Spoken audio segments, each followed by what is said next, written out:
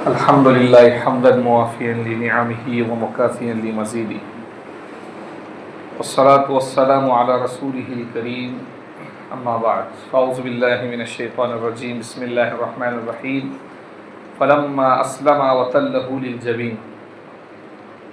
جیسا کہ آپ کو معلوم ہے کہ ذی الحجہ کا مبارک مہینہ شروع ہو گیا ہے، تو اس کی فضیلت اللہ رب العزت کے نزدیک بہت بڑی ہے، اور اللہ نے اس کی قسم کھائی، والفجر ولیال عشر، فجر کے وقت کی قسم، ولیال عشر، اور ذی الحجہ کی 10 راتوں کی قسم۔ تو یہ مبارک ایام جاری ہیں جس کی ہر رات کا عبادت کرنے کا ثواب شب قدر کے عبادت کرنے کے برابر لکھا جاتا ہے۔ ہر رات کی عبادت کرنے کا ثواب شب قدر کی عبادت کے برابر لکھا جاتا ہے، اس لیے ان ایام میں زیادہ سے زیادہ اللہ کی بڑائی، اللہ اکبر لا الہ الا اللہ واللہ اکبر اللہ اکبر وللہ الحمد، اس میں اللہ کی بڑائی ہے، اس کو پڑھنے کا اہتمام کرنا چاہیے، اور گناہوں سے بچنے کی مکمل آدمی کو کوشش کرنی چاہیے۔ بہرحال قربانی کے مسائل چل رہے تھے۔ اگر کوئی آدمی مردے کے نام سے قربانی کرنا چاہے جو مرا ہوا ہے، کوئی بھی ہو اپنے رشتہ داروں میں سے، تو کر سکتا ہے، اس کو نفلی قربانی کہا جاتا ہے۔ اور ایک قربانی کے اندر کئی آدمیوں کی نیت بھی کر سکتا ہے، جیسے اپنے خاندان کے اندر دادا دادی کا انتقال ہوا ہے، دونوں کو ایک نفل قربانی میں شریک کر سکتا ہے۔ جناب محمد الرسول اللہ صلی اللہ علیہ وسلم کے نام سے قربانی کر سکتا ہے، صحابہ کے اکرام کے رضوان اللہ علیہ اجمعین کے نام سے قربانی کر سکتا ہے، اس لیے کہ ان کے ذریعے ہم کو دین پہنچا ہے، تو ان کا ہم پر بہت بڑا احسان ہے۔ تو جہاں مردے کے نام سے، جنازوں کے نام سے قربانی کرے، وہیں پر ان صحابہ اکرام کو ان کے نام سے، جناب محمد رسول اللہ صلی اللہ علیہ وسلم کے نام سے، اور اہل بیت یعنی حضور صلی اللہ علیہ وسلم کے گھر والوں کے نام سے بھی آدمی کو قربانی کرنا چاہیے۔ اور اس کا گوشت آدمی خود بھی کھا سکتا ہے، دوسروں کو دے سکتا ہے، اور جیسے قربانی کا حکم ہے ویسا ہی اس کا حکم ہے۔ لیکن ایک مسئلہ یہ ہے کہ کوئی آدمی مر رہا ہے اور مرنے سے پہلے اس نے وصیت کی، مرنے کے وقت جو آدمی بات کہتا ہے اس کو وصیت بولتے ہیں، وصیت کی کہ بھائی میرے مال میں سے میرے نام سے قربانی کی جائے، اب چاہے اس نے ایک قربانی کہا ہو یا 2 کہا ہو 3 کہا ہو، تو جو بھی وہ مر گیا اور اس کے مال جو بچا، مثال کے طور پر مر گیا آدمی اور 3 لاکھ روپے اس نے چھوڑے، اب اس کے نام سے قربانی کرنا ہے، اس نے کہا تھا 2 یا 1 جو بھی کہا ہے اس نے، تو اس کے نام سے جو بھی آپ قربانی کریں گے اس کی وصیت کے مال میں سے تہائی مال کا تیسرا حصہ یعنی 1 لاکھ روپے میں سے قربانی کرنا ضروری ہوگا آپ کو، لیکن اس کا گوشت جو ہے وہ زکوٰۃ کے مستحق کو دینا پڑے گا، خود نہیں کھا سکتے، آپ خود کھا سکتے نہیں ہیں، اس کو منت کی قربانی کی طرح سمجھا جائے گا۔ تو اس لیے اگر کوئی مردہ وصیت کر گیا ہے تو قربانی کرنا اس کی ضروری ہے، لیکن اس کا گوشت آدمی خود کھا سکتا نہیں ہے۔ جو زکوٰۃ کا مستحق ہے اس کا کیا کرنا پڑے گا، پورا کے پورا گوشت کیا کرنا پڑے گا، دینا پڑے گا۔ اگر ایک آدمی یہ کرتے ہیں قربانی کرتے وقت، آدمی کو یہ مسئلہ یاد رکھنا چاہیے، ضروری مسئلہ ہے جو لوگ اختیار نہیں کرتے ہیں۔ ہمارے یہاں پر آپ اپنی بیوی کی طرف سے قربانی کر رہے ہو، اپنے ماں باپ کی طرف سے کر رہے ہو، ماں باپ آپ کے زندہ ہیں، بیوی ہیں، تو ان کو بولنا چاہیے کہ میں آپ کی طرف سے قربانی کر رہا ہوں، میں نے آپ کے نام کا حصہ دے دیا ہے، میں نے آپ کے نام کا جانور خریدا ہے۔ اگر آپ بغیر بولے قربانی کرتے ہو تو قربانی ادا نہیں ہوگی، بغیر بولے کرتے ہو تو قربانی ادا نہیں ہوگی۔ آپ نے ادھر قربانی کر دی اور پھر آپ فون لگا کر بول رہے ہیں کہ بھائی میں نے تیری طرف سے ادھر قربانی کر دی، تو نہیں ادا ہوئی۔ اس لیے قربانی کرنے سے پہلے اطلاع دینا ضروری ہے، جس کے نام کی آپ قربانی کر رہے ہو اس کو اطلاع دینا ضروری ہے، چاہے آپ 10 دن پہلے دو، 15 دن پہلے دو، کوئی مسئلہ نہیں، لیکن اطلاع دینا ضروری اس لیے ہے کہ وہ آدمی سمجھ جائے گا کہ میری طرف سے جو واجب قربانی تھی وہ ادا ہو گئی۔ اس لیے اگر بغیر بولے آپ نے قربانی کر دی تو قربانی ادا نہیں ہوگی۔ اس طرح بڑے جانور کے اندر بہت سارے لوگ شریک ہوتے ہیں، وہ اگر مل کر پورا کے پورا گوشت زکوٰۃ کے یعنی غریبوں کو بانٹنا چاہے تو بانٹ سکتے ہیں، اور آپس میں تقسیم کرنا چاہے تو بھی آپس میں تقسیم کر سکتے ہیں۔ قربانی کی کھال جیسے گزشتہ میں نے بتایا تھا کہ اس کو اجرت میں دیا جا سکتا نہیں ہے۔ قربانی کا گوشت جو ہے کافر کو بھی دے سکتے ہیں، آپ کا کوئی دوست ہے کافر، اس کو دینا چاہے تو اس کو بھی آپ کیا کر سکتے ہیں، دے سکتے ہیں، لیکن پہلے مسلمانوں کا خیال رکھا جائے، بعدہ وہ دوست جو آپ کے دنیاوی کاموں کے اندر مدد کے لیے آتا ہے اس کو دینا بھی جائز ہے۔ اس طرح قربانی کر رہا ہے کوئی آدمی، بکری کی قربانی کر رہا ہے، بکری کی، اور قربانی کر دی اور اس کے اندر سے بچہ نکل گیا پیٹ میں سے، تو اب اس بچے کی بھی قربانی کریں گے۔ اب دماغ تو یہ بولے گا یار اتنا چھوٹا بچہ ہے اس کی قربانی کر رہے ہو آپ، یہ تو ظلم ہو رہا ہے۔ ظلم کیا ہو رہا ہے؟ ظلم اس لیے نہیں ہو رہا ہے کہ وہ اللہ نے کھانے کے لیے پیدا کیا ہے اس کو۔ کسی چیز کو اگر اللہ نے کھانے کے لیے پیدا کیا ہے اور آدمی اس کو کھا رہا ہے تو ظلم نہیں ہے، کیونکہ پرمیشور نے جو پالن ہار ہے دنیا کا، اس نے اس مقصد کے لیے اس کو پیدا کیا ہے۔ مثال کے طور پر کسی نے آپ کو ایک کپ چائے دے دی اور آپ نے وہ چائے پینے کے بجائے اس کو زمین پر پھینک دیا، تو آپ نے کیا کر دیا؟ اس چائے کے ساتھ ظلم کیا، اس لیے کہ وہ چائے تو آپ نے اس دینے والے نے آپ کو پینے کے لیے دی تھی اور آپ نے اس کو زمین پر ڈال دی۔ اسی طرح اللہ تعالیٰ نے جو حلال جانور پیدا کیے وہ انسانوں کے کھانوں کے لیے، اگر وہ خدا کے نام پر کاٹے جا رہے ہیں اور اس میں سے بچہ نکل رہا ہے تو پھر اس کو بھی ذبح کرنا پڑے گا، اور اس کا گوشت آدمی کیا کر سکتا ہے؟ کھا سکتا ہے۔ قربانی کے بعد مسائل کے اندر ایک ہے عقیقہ۔ عقیقہ پہلے سمجھیے کہاں کس کو جاتا ہے۔ عقیقہ ایک لفظ ہے، عربی زبان کا لفظ ہے یہ، اس کے معنی آتے ہیں چیرنا پھاڑنا، چیرنا پھاڑنا۔ حضور اکرم صلی اللہ علیہ وسلم پیغمبر بنائے جانے سے پہلے، یا آپ صلی اللہ علیہ وسلم کے پہلے عرب کے اندر یہ دستور تھا کہ بچہ پیدا ہوتا تھا تو کیا کرتے تھے؟ وہ جانور کاٹتے تھے اور اس کے خون میں بچے کو ڈبوتے تھے۔ اس جانور کے خون میں کیا کرتے تھے؟ بچے کو ڈبوتے تھے۔ آپ صلی اللہ علیہ وسلم جب پیغمبر بنائے گئے تو آپ صلی اللہ علیہ وسلم نے حکم یہ دیا کہ بھائی جو بھی بچہ پیدا ہو، جو بھی بچہ پیدا ہو، 7ویں دن اس کا عقیقہ کیا جائے اور اس کو خون میں نہ ڈبوئے جائے۔ اس کے نام سے بھائی یہ عقیقہ ہے، اللہ کے نام سے جانور قربان کرے۔ وہ جانور جو قربانی کے لیے چلتا ہے، قربانی کے لیے جیسا بکرا ہونا چاہیے، بکری ہونی چاہیے بے عیب، ویسا ہی جانور عقیقے کے لیے لگے گا۔ 1 سال کا ہونا چاہیے، بکرا ہو یا بکری ہو۔ کرے آپ 7ویں دن لڑکے کے سر کے اوپر جو بال ہیں اس کو کاٹے، اس کو کاٹ کر اس کے برابر مالدار آدمی ہے تو سونا دے دے، خیرات کرے، یا چاندی خیرات کرے، اور 7ویں دن اس کا نام رکھا جائے۔ 7ویں دن کیا کر دیا جائے؟ نام رکھا جائے۔ بعض لوگ کیا کرتے ہیں؟ پہلے دن نام رکھتے ہیں، وہ بھی جائز ہے، 7ویں دن رکھنا جائز ہے۔ حضور اکرم صلی اللہ علیہ وسلم نے اپنے نواسے حضرت حسن اور حضرت حسین رضی اللہ تعالیٰ عنہ کا عقیقہ کیا۔ بعض روایتوں میں آتا ہے 1 دمبے سے کیا، مینڈا، اور بعض روایت میں آتا ہے کہ 1 بکرے سے کیا، اور بعض روایت میں آتا ہے 2 سے کیا۔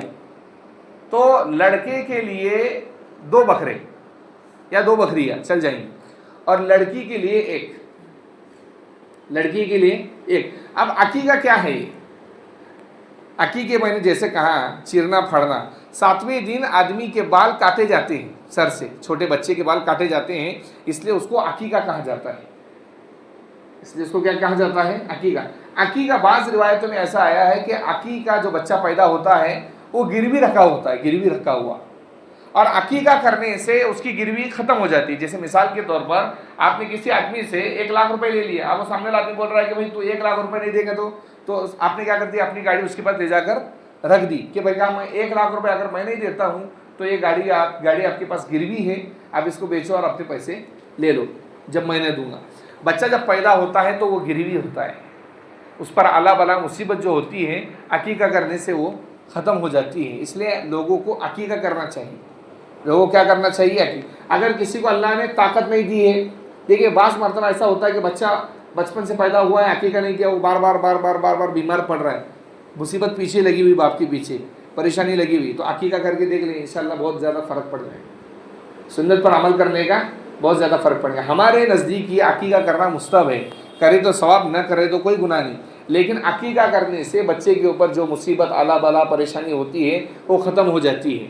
اگر کوئی آدمی 2 بکرے کاٹنے کی طاقت نہیں رکھتا ہے تو 1 بکرا کاٹے، بکرا نہیں خرید سکتا ہے بکری خریدے تو جائز ہے۔